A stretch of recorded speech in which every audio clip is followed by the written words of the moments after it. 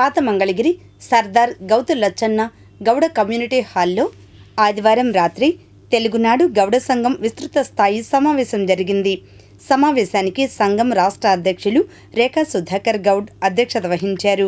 ముఖ్య అతిథులుగా గౌడ పద్మశాలయ కార్పొరేషన్ల చైర్మన్లు వేరంకి గురుమూర్తి, Nandam Abaddayya, TTD trust board సభ్యురాలు తమ్మిశెట్టి జానకీదేవి, గౌడ కార్పొరేషన్ డైరెక్టర్స్ సొంటి శివరాం ప్రసాద్, శైలజ, జనసేన నాయకులు మునగపాటి మారుతీరావు హాజరయ్యారు.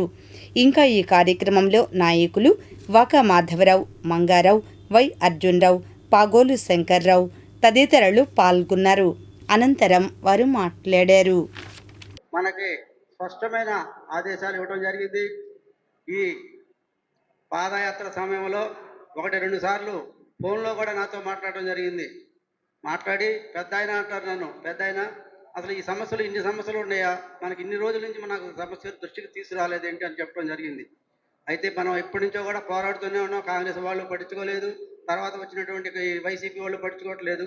అలాగే ఇక ఈ సమస్యలన్నింటినీ కూడా ఏకరువును పెట్టి లోకేష్ బాబు గారు ఒక స్పష్టమైన హామీని చంద్రబాబు నాయుడు గారి చేత పెట్టడం జరిగింది.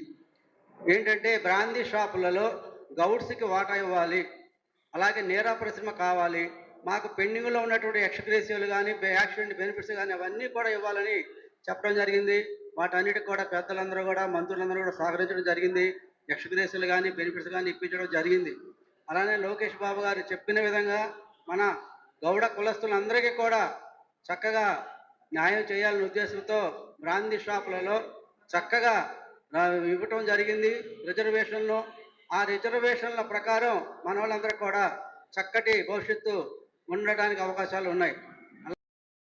మనందరం కూడా ఒక విషయం తెలుసుకోవాలి. ఒకప్పుడు బీసీలో ఉన్నటువంటి గౌడ కులస్తులు కావచ్చు, చేనేత కావచ్చు, నాయ బ్రాహ్మణ కావచ్చు, రజకులు కావచ్చు, ఎవరైనా కూడా మనకేమి చదువు ఉండేది కాదు, పెద్దగా పొలాలు ఉండేవి కాదు, వ్యాపారాలు ఉండేవి కాదు, ఏముండేవి కాదు. మనకు తెలిసిందల్లా వృత్తి. చేనేత అంటే చక్కగా ఈ సమాజానికి కట్టు బొట్టు నేర్పిన కులం చేనేత కులం. నాయ బ్రాహ్మణులు అంటే చక్కగా మనం ముస్తాబు చేస్తారు. రజకులు అంటే మనం వేసుకునే బట్టలని చక్కగా పరిశుభ్రం చేసి మనకిస్తారు. అదేవిధంగా గీత కార్మికులు అంటే మరి తాడి చెట్టు ఎక్కి కళ్ళు తీసి అమ్మి, ఈ విధంగా కులాలన్నీ కూడా వృత్తులు చేసుకుని బతికేటువంటి రోజులు ఆ రోజులు. మనకి విద్య అంటే తెలిసేది కాదు పాపం. ఆ రోజులు ఎవరో డబ్బులు ఉండేవాళ్ళు చదువుకునేవాళ్ళు. మొట్టమొదటిసారిగా ఈ దేశంలో అరే ఇంతమంది బీసీలు 150% మంది పైబడి ఉండారా, వీళ్ళ పరిస్థితులు ఈ విధంగా ఉండయా, వీళ్ళు ఏం చెయ్యాలని చెప్పి ఆలోచన చేసి మొట్టమొదటిసారిగా ఈ దేశంలో దళితులకి, ఎస్టీ ఎస్టీలకి రిజర్వేషన్ ఇచ్చి మరి ఆ రోజున ఆదుకున్నటువంటి వ్యక్తి అంబేద్కర్ గారు అయితే, బీసీలకు మొదటిసారిగా స్థానిక సంస్థల్లో 20% వాటా ఇచ్చి బీసీలకు రాజ్యాధికారం ఇచ్చినటువంటి మహానుభావుడు అన్న నందమూరి తారక రామారావు గారు.